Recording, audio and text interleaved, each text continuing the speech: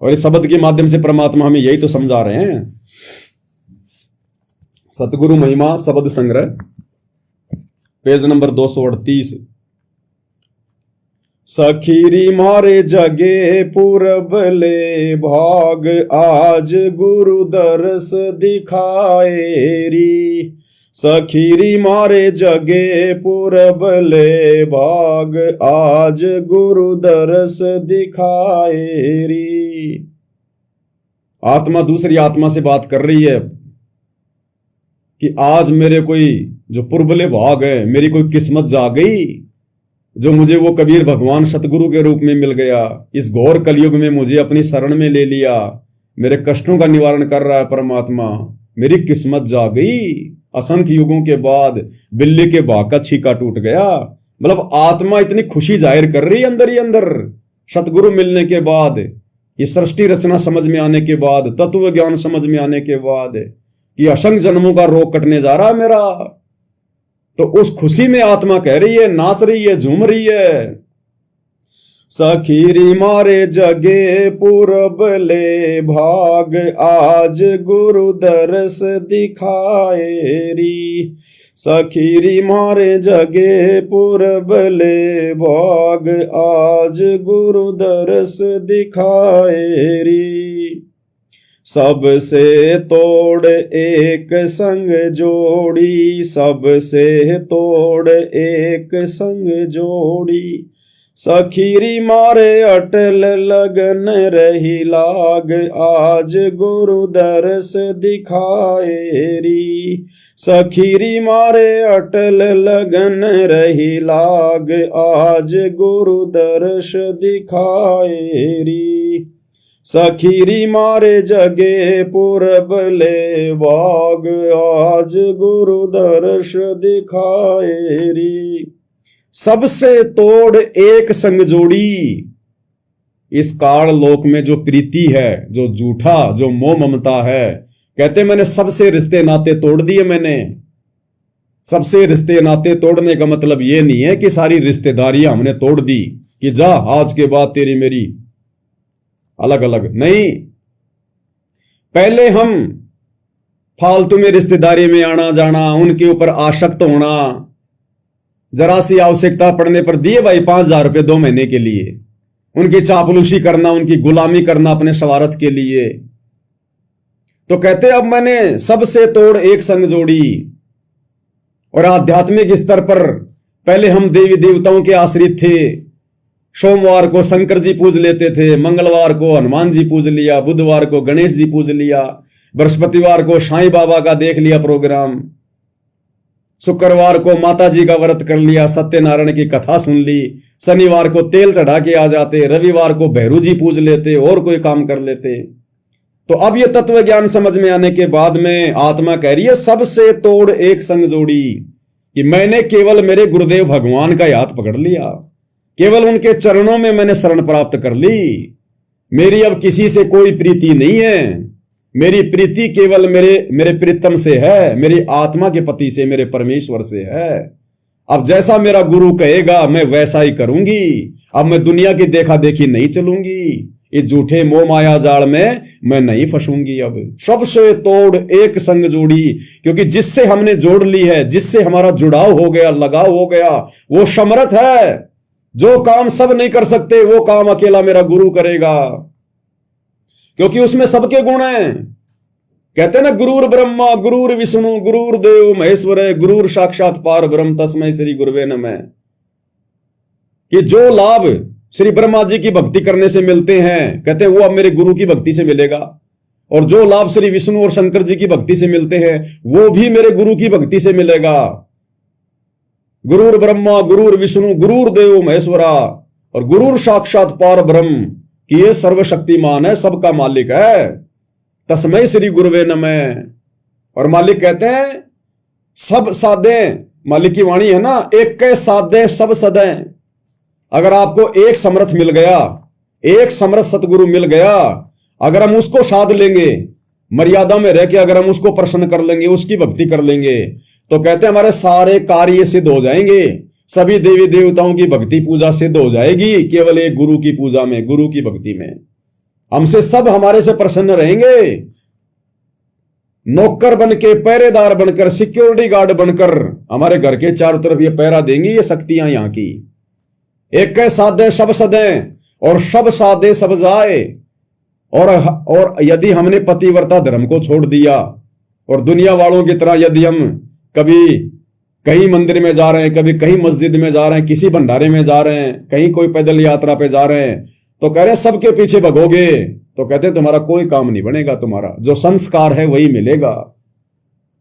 एक साधे सब सदे, सब साधे सब जाए, और माली सींचे मूल को। माली यानी बागवान, तो यहां माली कहा गया समझदार आत्मा को, ज्ञानी आत्मा को, कि माली सींचे मूल को।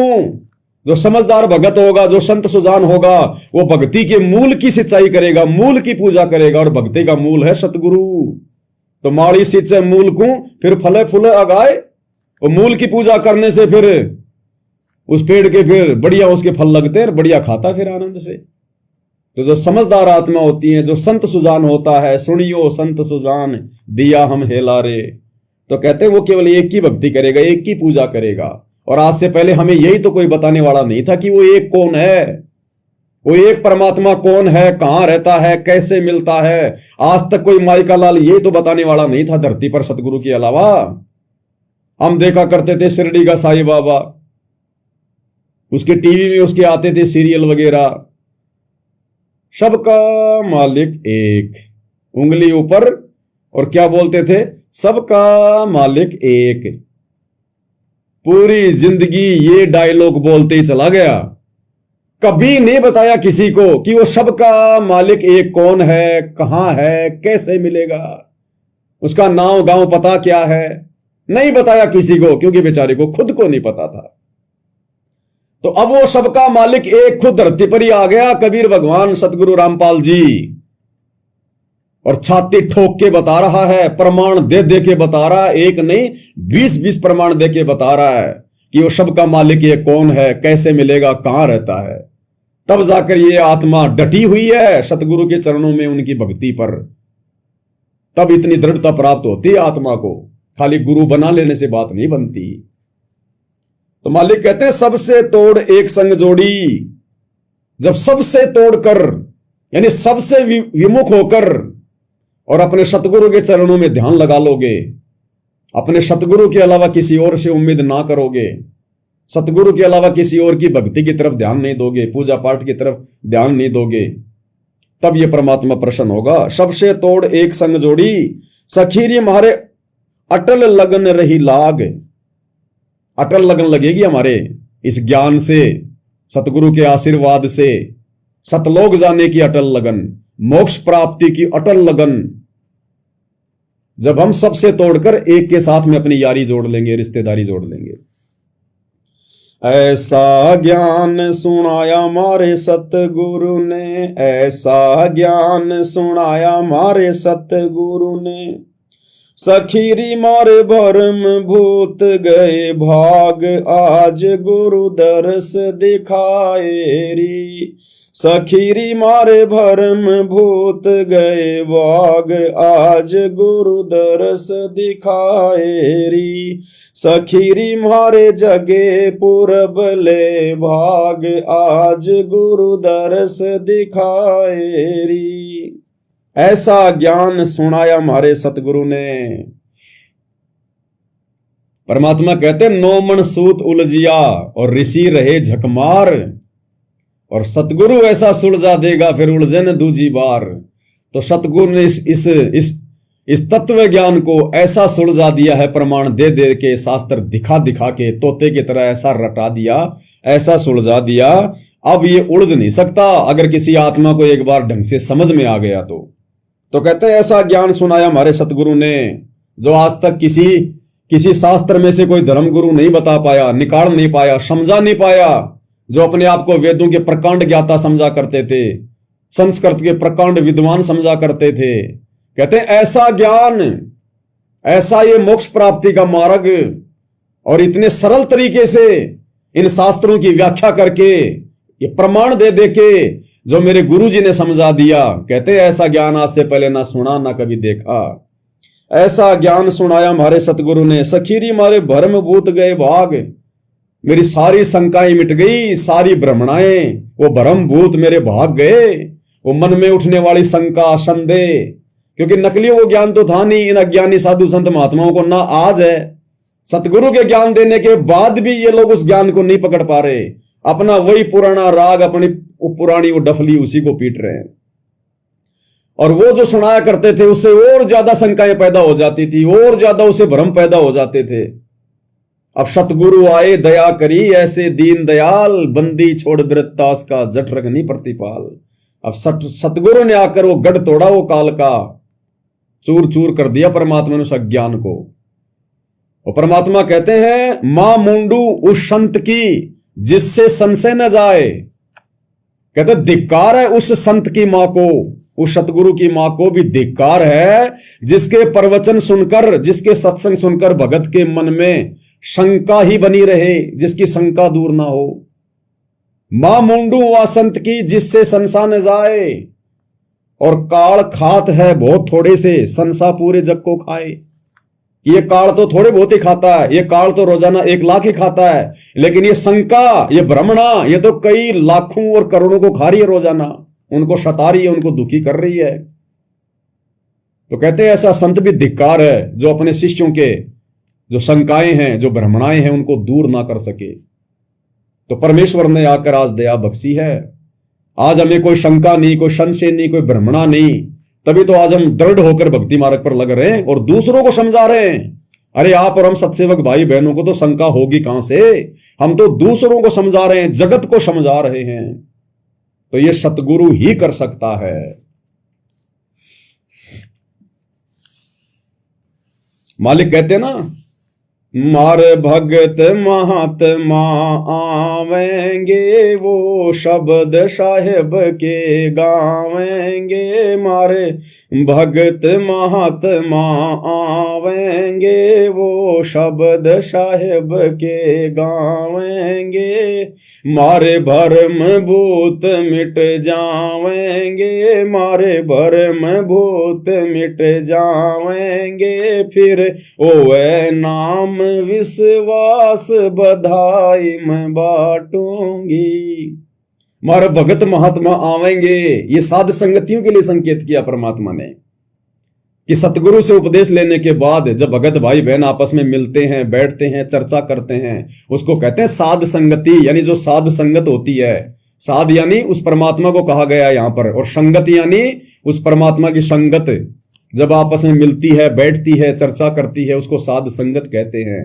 तो कहते हैं जब भगत महात्मा आवेंगे, मिलेंगे, बैठेंगे, परमात्मा की चर्चा करेंगे, तो हमारे सारे भरम भूत भाग जाएंगे और फिर हमारा इस भक्ति पर दृढ़ विश्वास हो जाएगा परमात्मा के नाम पर। इसलिए साध संगति जरूरी है। तो मालिक कहते हैं ऐसा ज्ञान सुनाया हमारे सतगुरु ने, सखीरी मारे भरम भूत गए भाग। आज गुरु दर्श दिखाए री। अपने गुरु के मैं संग संग होली, अपने गुरु के मैं संग संग होली। सखीरी मोहे देख न आई लाज, आज गुरु दर्श दिखाए री।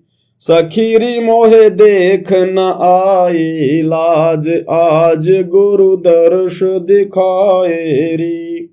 सखीरी मारे जगे पूरब ले भाग, आज गुरु दर्श दिखाए री। गुरुदेव कह रहे हैं अपने गुरु के मैं संग संग होली। अपने गुरु जी के संग संग होने का मतलब यह नहीं है कि गुरु जी की उंगली पकड़ के उनके पीछे पीछे चलना। आध्यात्मिक दृष्टि से गुरु जी के साथ साथ होने का मतलब है गुरु जी के जैसा बन के दिखाना। जैसा गुरुदेव ने एक भगत की भूमिका करके हमें दिखाया कि एक भगत का अपने गुरु जी के प्रति कैसा भाव होता है, कैसा समर्पण होता है, भगत के क्या क्या लक्षण होते हैं, कैसा उसका स्वभाव होता है, मोक्ष प्राप्ति के लिए भगत ने संसार से कैसे पीछे हटना पड़ता है, किस प्रकार गुरु जी के वचन पर अगर गर्दन भी देनी पड़ जाए तो सस्ता सौदा समझना चाहिए। इस प्रकार से हमने गुरु जी के संग होना है। यानी संसार को छोड़ के दुनिया ना जाने हमें क्या कहेगी, जब हम नाम लेंगे, भक्ति करेंगे और जब संसार की उल्टी रीति रिवाजों से, परंपराओं से, ब्याह शादी, बात सूचक, लेन देन, दहेज वेज, दुनिया भर के शादी में आडंबर, पाखंड, डीजे फीजे, जब इनसे पीछे हटेंगे तो दुनिया तरह तरह की बातें करेगी, रिश्तेदार पीठ पीछे तरह तरह की बातें करेंगे। तो कहते हैं भगत ने उधर नहीं देखना, उधर नहीं झांकना कि दुनिया क्या बोल रही है, क्या बांध रही है, भौंकने दो। मैं तो अपने गुरु जी के संग संग होली। जिस प्रकार भक्ति मार्ग पर मेरा गुरु एक भगत की भूमिका करके दिखा रहा है कि बेटा जिस प्रकार तू मेरे जैसा भगत बनेगा तब तेरा मोक्ष होगा। तो कहते हैं अपने गुरु के मैं संग संग होली, यानी गुरु जी के वचन पर चलने की मैंने कसम खा ली कि जो मेरे गुरु जी ने मुझे मर्यादा बता दी, जो नियम बता दिए, जो ज्ञान दे दिया, उससे हटकर मैं संसार की तरफ नहीं देखूंगा। अपने गुरु के मैं संग संग होली, सखीरी मोहे देख न आई लाज, आज गुरु दर्श दिखाए री। कि मुझे बिल्कुल भी शर्म नहीं आई, मुझे बिल्कुल भी किसी का डर नहीं, कोई भय नहीं, कोई लोक लाज नहीं, कि जब मैं अपने गुरु के वचन पर चलूंगा, सांसारिक रीति रिवाजों से पीछे हटूंगा तो दुनिया ना जाने मेरे पीछे क्या क्या बात बनाएगी, कोई मेरा निंदा करेगा, चुगली करेगा, पता नहीं क्या क्या कहेगा मुझे। तो कहते हैं मुझे कोई शर्म नहीं है किसी की, मैंने तो अपना आत्म कल्याण देखना है। परमात्मा कहते हैं लोक लाज के कारण, यानी दुनिया की बातों में आकर जो भक्ति छोड़ देता है या मर्यादा तोड़ देता है, रिश्तेदारों की बातों में आकर, भाई बंधुओं की बातों में आकर, उसको कहते हैं लोक लाज, दूसरों की बातों में आना। लोक लाज के कारण हंसा गया बिगोए, और जब यो कुल के कर लेगा जब तू चार पाए का होए।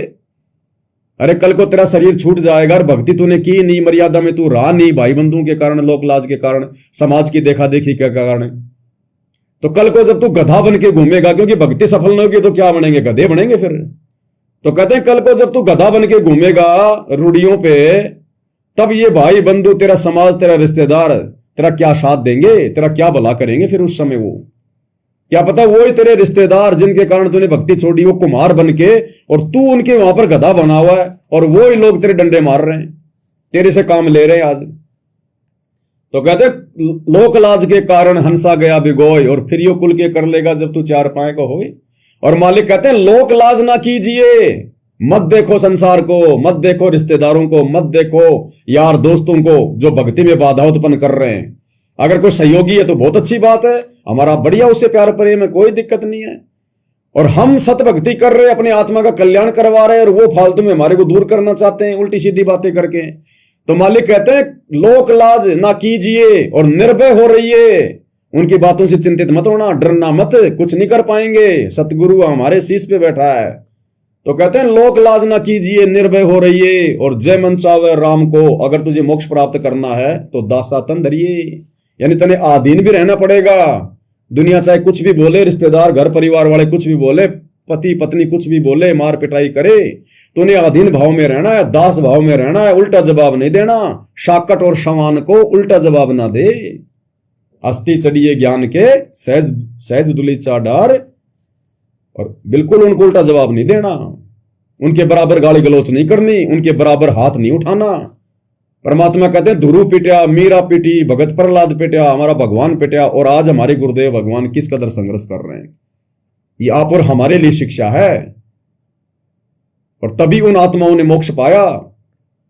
तो आज भाई आत्म कल्याण के लिए अगर हम थोड़ा बहुत अगर मार भी सहन कर लेंगे, अगर हम ये पिटाई भी खा लेंगे और मोक्ष हो गया तो कुछ भी नहीं खाया हमने। नहीं तो अगले जन्म में फिर अगर मनुष्य जन्म मिल गया तो फिर ना जाने हम कितनी पिटाई, कितने डंडे तो फिर हम स्कूल में जाके खाएंगे। कभी होमवर्क पूरा नहीं हुआ, कभी किसी लड़के ने झूठी शिकायत लगा दी, कभी स्कूल में 5 मिनट लेट हो गए तो मुर्गा बना के मारते थे टीचर। फिर कहते ना जाने तू कहां कहां पिटेगा, किसी से लड़ाई झगड़ा होगा वहां पिटेगा, फौज पुलिस में लग गया फिर तू वहां पिटेगा,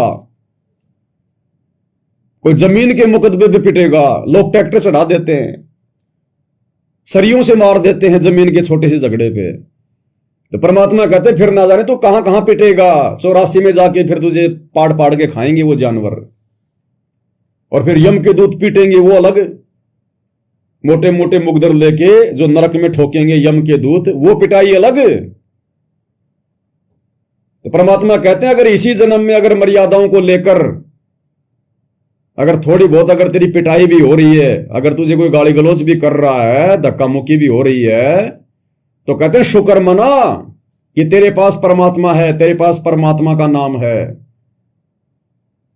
गुरुदेव भगवान कहते हैं कि नाम सहित बेवतन भला, जो दर दर मांगे भीखा, और क्या हुआ छत्र की छाया चाले यो राजपाट दिल्ली का। क्या कहा मालिक ने कि नाम सहित बेवतन भला। गुरुदेव कह रहे बच्चों, अगर तुम्हारे पास में अगर ये सच्चा नाम है भगवान का, जैसे आज आप और हमें मिल चुका है गुरुदेव भगवान से, तो कहते हैं अगर ये नाम तेरे साथ में है और किसी कारण से अगर तुझे देश निकाला दे दिया जाए, तुझे देशद्रोही घोषित कर दिया जाए, तुझे वतन से, देश से बाहर निकाल दिया जाए सीमाओं से, और नौबत ऐसी आ जाए कि रोजी रोटी के लिए तुझे भीख भी मांगनी पड़ जाए, तो गुरुदेव कहते हैं कि तू शुक्र मनाना, कुछ भी नहीं बिगड़ा। तेरे साथ में अनमोल नाम है, परमात्मा है तेरे साथ में। नाम सहित बेवतन भला, जो दर दर मांगे भीखा। और कहते हैं वो राजा लोग, बड़े बड़े सेठ साहूकार लोग जिनके पास नाम नहीं, सतगुरु नहीं, कहते हैं वो 4 दिन का राजपाट है उनका। क्या हुआ छत्र की छाया चालाई और राजपाट दिल्ली का। ये तो 4 दिन की चमक धमक है, उसके बाद 84 में जाएगा। और वो भगत जिसके पास नाम है और जो आज संघर्ष कर रहा है, वो सदा सदा के लिए सतलोक में जाकर सुख प्राप्त करेगा। तो गुरुदेव के कहने का मतलब है, हमने दुनिया को देख के नहीं चलना, समाज की उल्टी परंपराओं को देख के नहीं चलना। हमने अपनी तरफ से किसी के साथ में लड़ाई झगड़ा नहीं करना, मनमुटाव नहीं करना, कुछ बिगाड़ना नहीं है। और जहां हमारी मर्यादा टूटने की बात आएगी तो हम बिल्कुल हाथ जोड़ के मना कर देंगे, भाई साहब ये काम मैं नहीं कर सकता। चाहे आप नाराज हो, चाहे राजी रहो, आपकी मौज। जहां मेरे गुरुदेव की मर्यादाएं बीच में आ जाएंगी, वहां कोई रिश्तेदार नहीं, कोई यारा प्यारा नहीं, कोई मित्र नहीं, कोई पति नहीं, कोई पत्नी नहीं। आत्म कल्याण के मामले में केवल अपने गुरुदेव ही सामने खड़ा दिखाई देना चाहिए।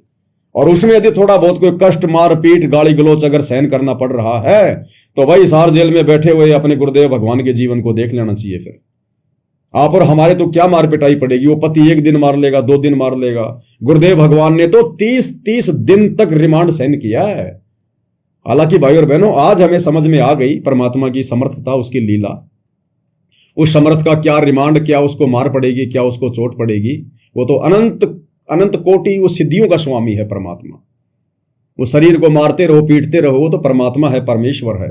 लेकिन आप और हमें परमात्मा समझाने के लिए, क्योंकि हम बहुत प्रकार से समझते हैं, हमारे अंदर भावनात्मक रूप से भी परमात्मा हमें समझ आते हैं। तो परमेश्वर ने, सतगुरु रामपाल जी भगवान ने बरवाला कांड के बाद 30 दिन का रिमांड सहन किया है। 30 दिन का रिमांड क्या होता है। तो आप और हम यदि 2-4 थप्पड़ मुंह के खा लेंगे, वो पति सारा दिन तो मारेगा नहीं, सुबह से शाम तक, या तो 2 थप्पड़ सुबह मार के चला जाएगा, 2 थप्पड़ शाम को आके मार लेगा, इससे ज्यादा क्या करेगा वो।